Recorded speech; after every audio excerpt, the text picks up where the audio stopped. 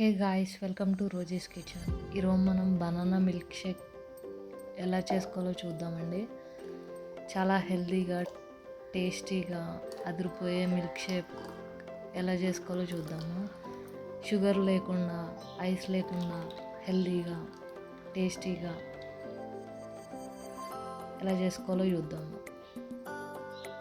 ముందుగా దీనికి కావాల్సిన పదార్థాలు ఏంటో చూద్దాం. బూస్ట్, పాలు, బనానాస్ 2, బెల్లం. ముందుగా బనానాస్ ఇలాగా కట్ చేసుకోండి చూపించిన విధంగా. 2 బనానాస్, 2 స్పూన్లు బెల్లం పౌడర్ వేసుకుంటున్నాను నేను. బూస్ట్ 1 స్పూన్ బూస్ట్ పౌడర్ వేసుకుంటున్నాను.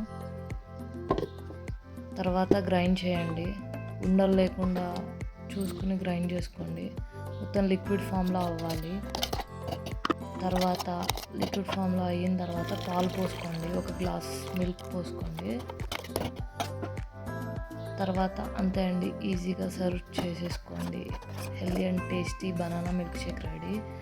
పాలు ప్లేస్లో చల్లని పాలు కూడా పోసుకోవచ్చు, ఐస్ కావాలనుకున్న వాళ్ళు. అంతే అండి, simple and tasty banana milk shake ready. ఇంకా ఇలాంటి హెల్దీ రెసిపీస్, మిల్క్ షేక్స్ కావాలంటే please do like, share and subscribe to Rosie's kitchen. Thanks for watching.